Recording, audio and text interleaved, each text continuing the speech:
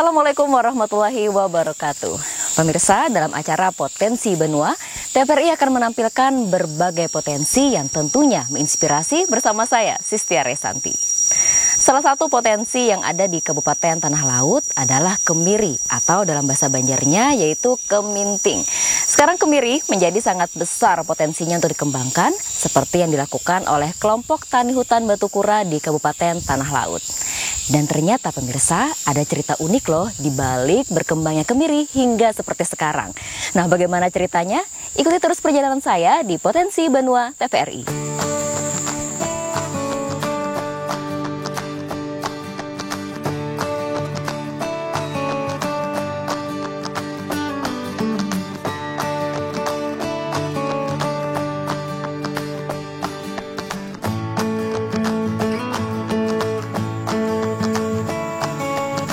Kawasan hutan Kabupaten Tanah Laut memiliki potensi besar dalam menjaga lingkungan hidup dan ekosistem makhluk hidup, termasuk masyarakat di sekitarnya. Upaya menjaga hutan sebagai sumber kehidupan ini tidak lepas dari upaya semua pihak, baik pemerintah, swasta, dan masyarakat di lingkungan hutan itu sendiri.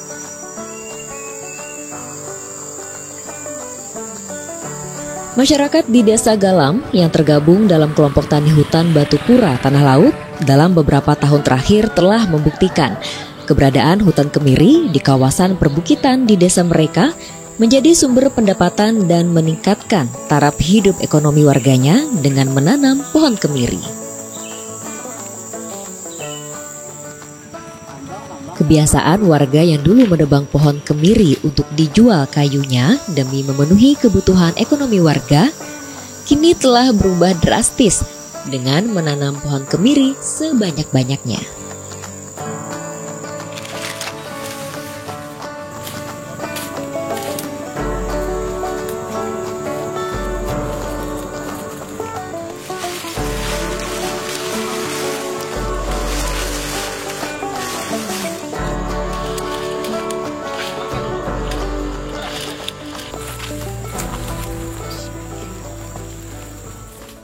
Pak, katanya dulu ada cerita unik Pak di balik pohon kemiri ini Pak.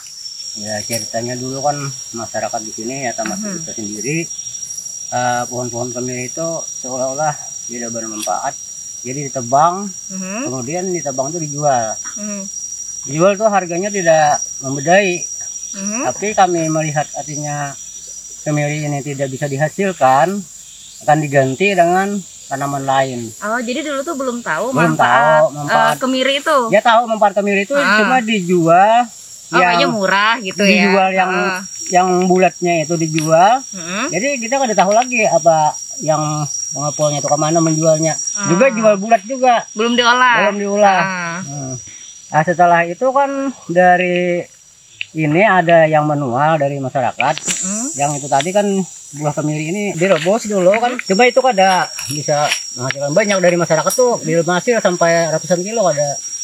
Kena mengambil dia bagian yang manual itu.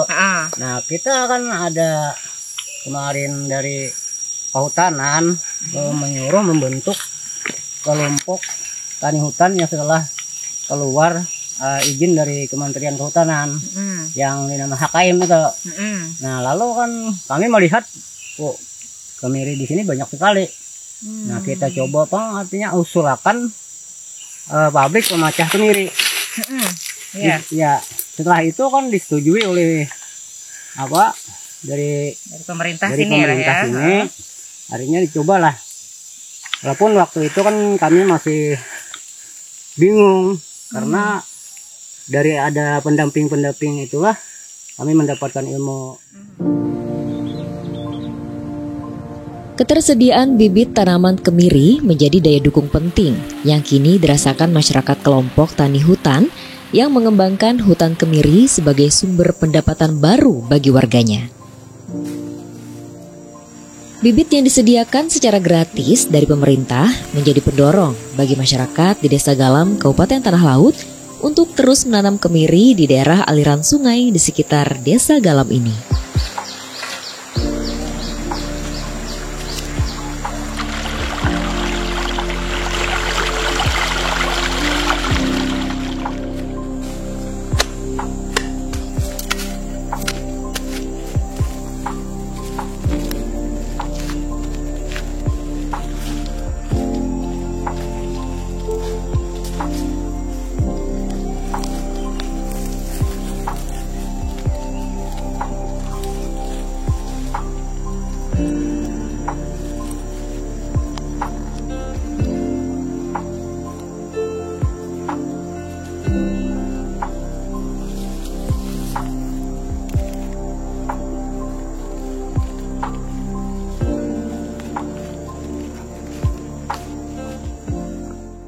Nah, Bapak, untuk ketersediaan bibit kemiri ini seperti apa, Pak, di sini?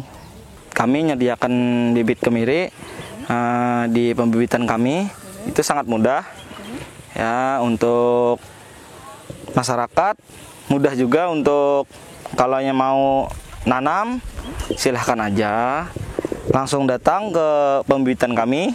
Mereka beli? Untuk beli enggak, itu gratis. Gratis ya? Gratis. Oke. Nah, kan gratis nih, berarti untuk bibit ini dapatnya dari mana? Apakah dari alam, kemudian dikembangkan di sini, atau beli juga nih? Untuk ini ada dua versi. Kami bisa mencari di alam, terus kami bibitkan di sini, kami semai, dan terus kalaunya kami kurang, gimana caranya ya kami bisa beli bibitnya, terus kami semai lagi, kami serahkan ke warga desa di sini. Dengan ketersediaan bibit yang banyak dan cepat dalam pertumbuhannya, membuat masyarakat Desa Galam dan sekitarnya bersemangat menanam. Khususnya untuk pohon kemiri yang kini manfaatnya mulai dirasakan. Pohon kemiri yang ditanam di daerah aliran sungai kawasan perbukitan di Desa Galam ini, selain membantu menjaga lingkungan, juga telah memberikan nilai ekonomis bagi warganya dengan mencari buah kemiri di perbukitan. Nah, pemirsa, ini saya mencoba untuk menanam pohon kemiri atau dalam bahasa Banjar itu keminting ya. Langsung aja, Pak, ditaruh. Tinggal di pakai apa? Itu harus ada jarak nggak, Pak? Satu pohon lain gitu. Ada. Berapa minimal? Minimalnya paling tidak 3 meter 4 meter lah. 3 meter 4 meter. Berapa lama jadinya ini? Berapa tahun? Sekitar 4 tahun kita bisa panen. 4 tahun.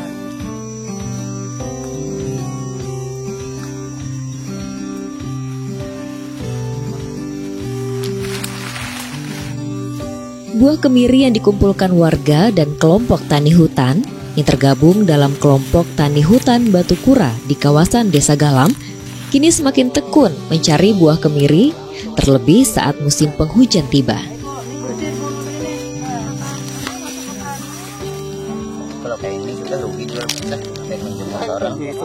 Buah-buah kemiri dikumpulkan satu persatu untuk dijual seharga Rp6.000 per kilogramnya.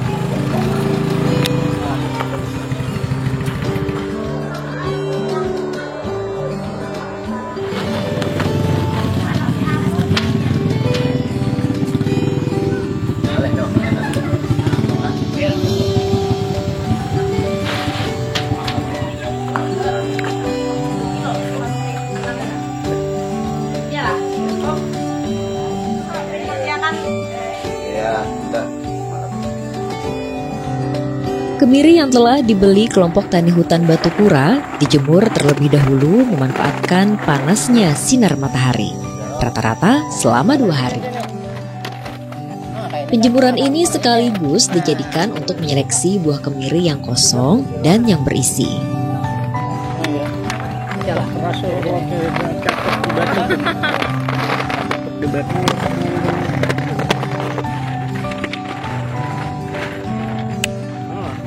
Batunya pecah. Batunya pecah lah. Ini aja karas. Kosong. Ya, Pak. Kosong nih. Oh iya. Berarti ini sudah masuk proses penjemuran ya, Pak? Nggih. Kenapa sih, Pak, harus dijemur seperti ini? Kalau dijemur itu untuk melepaskan buah dari cangkang.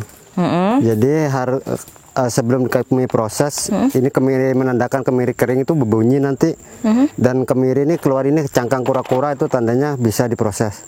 Oh, jadi itu sebenarnya awalnya nempel gitu ya di dalam. Jadi dijemur ini biar lepas dari cangkang. Biar lepas. Dan ini berapa lama dijemurnya? Ya, kami ini dari kemiri kering kami jemur lagi tuh selama 2 hari. 2 hari. Kalau misalkan tiba-tiba hujan gitu diulang lagi. Diulang lagi. Sampai kering. Sampai kering, sampai rata berbunyi itu. Sampai berbunyi kemiri. Ada bunyinya? Ada bunyinya. Nanti kalau panas kemiri berbunyi. Oh. Itu tandanya sudah kering dan ininya sudah keluar cangkang kura-kura kayak gini. Cangkang kura. Oh, ini bentuknya. Bentuknya kayak gini. Okay. Nah, kalau sudah banyaknya kayak gini, kami bangkit. Ini cara jemurnya seperti apa? Apa ditaruh begini aja? Ditaruh nanti di jam 1, jam 3 tuh sering dibolak-balik. Nah, jadi biar rata panasnya tuh atas bawah.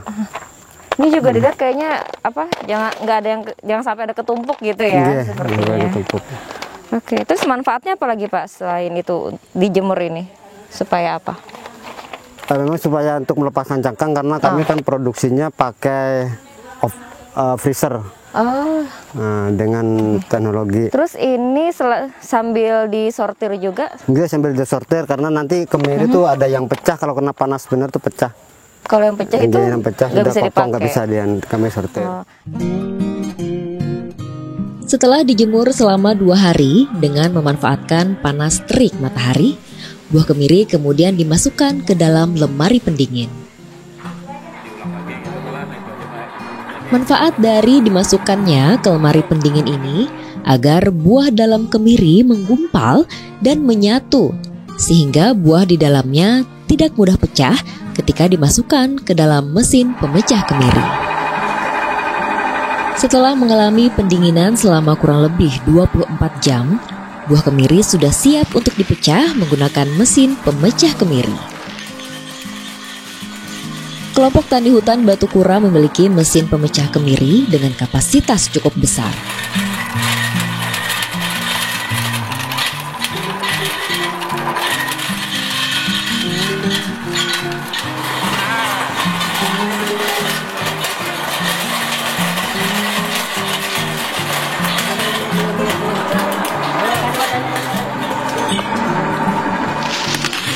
Proses ini menjadi penting selain untuk melihat hasil pecahan kemiri yang bagus akan diambil dan yang masih belum pecah seluruhnya kemudian akan diproses ulang.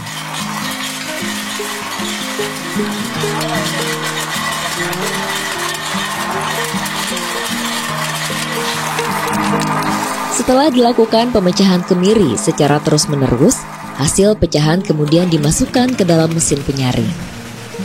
Mesin penyaring kemiri ini berfungsi langsung memisahkan antara buah dalam kemiri, pecahan yang masih bisa diambil kemirinya, serta pecahan kulit luar kemiri yang kemudian akan menjadi limbah.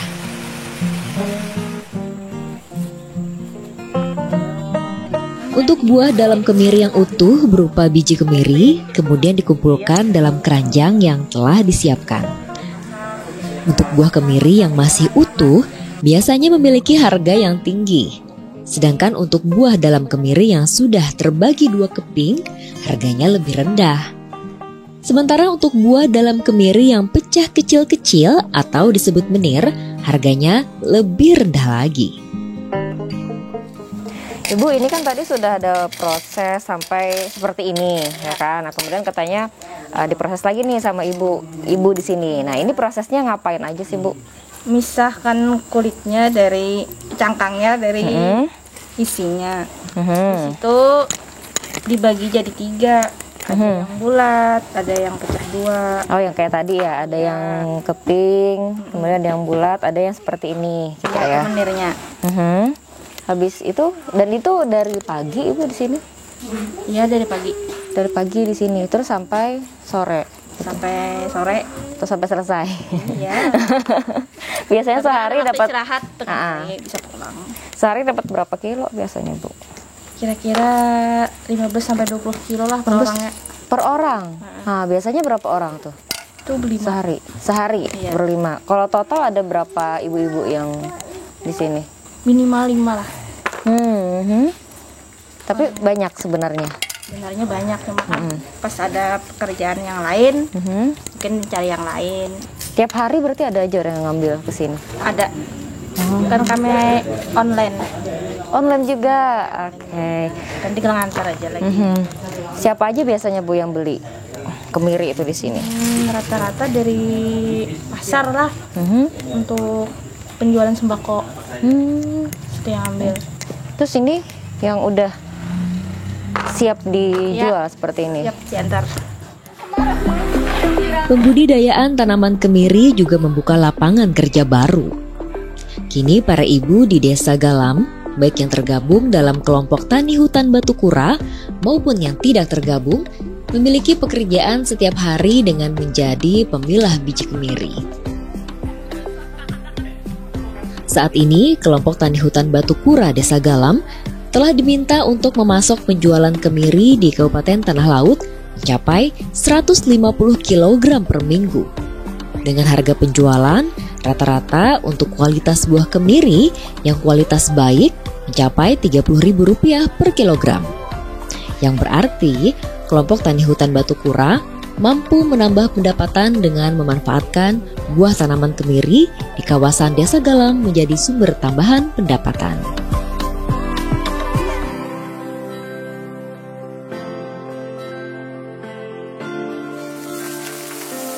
Keuntungan dari mengembangkan buah kemiri dari kelompok tani hutan batu kura Desa Galam ini tidak hanya menjual buah kemiri. Untuk limbah kulit buah kemiri kini juga diolah menjadi asap cair yang memiliki manfaat baik sebagai disinfektan, untuk penyemprotan hama tanaman, juga untuk dicampuran pengental karet.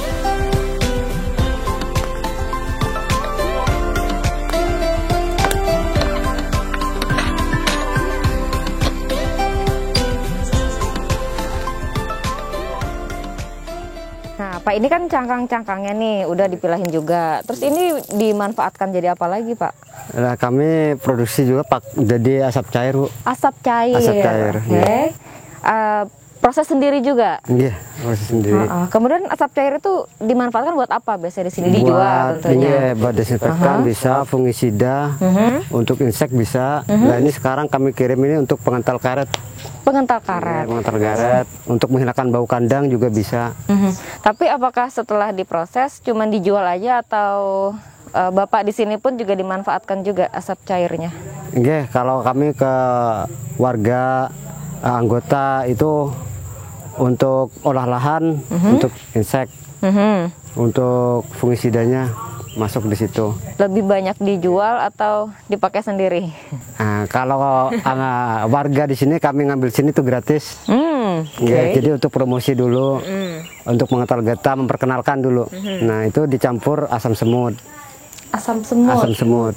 Jadi perbandingannya tuh 1 liter asam semut, 5 liter asap cair. Kemudian 300 milinya campur air 20 liter. Untuk mengental getah. Mengental getah, nggih. Berarti memang di sini sangat penting sekali itu pengental getah itu. Cuman masih ini kendala kami kan di petani belum mengenal benar asap cair. Nah, itu. Ini awalnya tahu dari mana, Pak? Ini bisa dibikin asap cair. Ya, alhamdulillah kami pembinaan dari KPH Tanah Laut juga. Jadi untuk memanfaatkan limbah. Karena dulunya kami limbah cangkang banyak sekali, produksi 1 ton itu bisa 700 kilo limbahnya. Limbahnya biasanya kalau dulu dikemanakan? Kami olah jalan, pengerasan jalan. Iya, tetap berguna ya. Nah, akhirnya kami alhamdulillah nih dan berguna. Berarti ini hampir dari semua kemiri itu bisa dimanfaatkan semua, Pak ya? Dan nanti kami dari harangnya habu asap cair itu kan ada berupa harang. Nah, rencananya ke depannya nanti kami olah briket. Bisa lagi dibikin briket. Nah, alhamdulillah ini ada mahasiswa magang di sini. Nah, udah bisa bikin briket itu. Briket itu perlu alat lagi? Mungkin nanti perlu alat pengepresnya atau penghancur harang. Tapi sekarang belum ada. Belum ada, tapi kami manual dulu nanti. Oh ya, semoga nanti habis itu disediakan begitu ya. Nanti memasarkan. Cara prosesnya seperti apa, Pak? Ini dibawa ini dibawa ke mesin. Ke mesinnya ya. Nah, biasanya ini 40 kilo dari cangkang, menghasilkan asap cair itu 12 liter. 40 kilo. Menghasilkan asap cair 12 liter 24 jam. Kalau dijual berapa sih Pak harganya? Kalau kami sekarang partai itu harga 5.000. 5.000. Biasanya rata-rata orang beli berapa liter? Ini yang dari desa tangga Sungai Jele itu kelompok Tani Getah. Nah itu sekali kirim 150 liter, 100 liter. Gitu. Wah, luar biasa. Ini langsung masuk 40 kilo apa sedikit-sedikit? 40 kilo nanti, 40 kilo atau sampai sini nanti, sampai bak. Ini dulu mesin dikasih apa bikin sendiri? Bantuan. Bantuan juga. Luar biasa ya, manfaat dari kemiri ini banyak sekali. Nanti ini kalau ada alat lagi, didestilasi lagi, kan bisa ini untuk pengawet iwak kering. Oh ya. Kalau didestilasi lagi untuk pengawet makanan, masih perlu alat-alat lagi. Iya, ya berarti pemanfaatan teknologinya sangat perlu banget ini Pak ya penerapannya. Terus ini disimpan cuma seperti ini? Enggak, nanti ini sudah kayak gini, nanti kami timbun dulu agar tarnya itu turun. Nah ini kami masukkan. Nah ini yang sudah ya, kalau sudah proses seperti ini. Nah ini dimasukkan sini dulu. Ini baunya kayak apa ya? Bau. Jadi biar tarnya turun, yang hitam-hitamnya kayak gini. Kalau untuk getah kurang bagus. Nah jadi kalau untuk karet itu cuman yang di atasnya. Nah sudah turun tarnya, nanti baru kami masukkan ke jerigen. Jerigen sini. Jadi kalau sudah turun, kami diamkan selama 2 minggu. Limbah kulit kemiri atau cangkang kemiri yang keras mampu menjadi sumber penghasilan tambahan bagi petani hutan Batu Pura Desa Galam, Tanah Laut. Setelah merasakan manfaat dari menanam pohon kemiri di kawasan daerah aliran sungai di Desa Galam, Kabupaten Tanah Laut ini, warga semakin bersemangat menanam pohon kemiri. Kehidupan mereka menjadi sejahtera, lingkungan pun terjaga.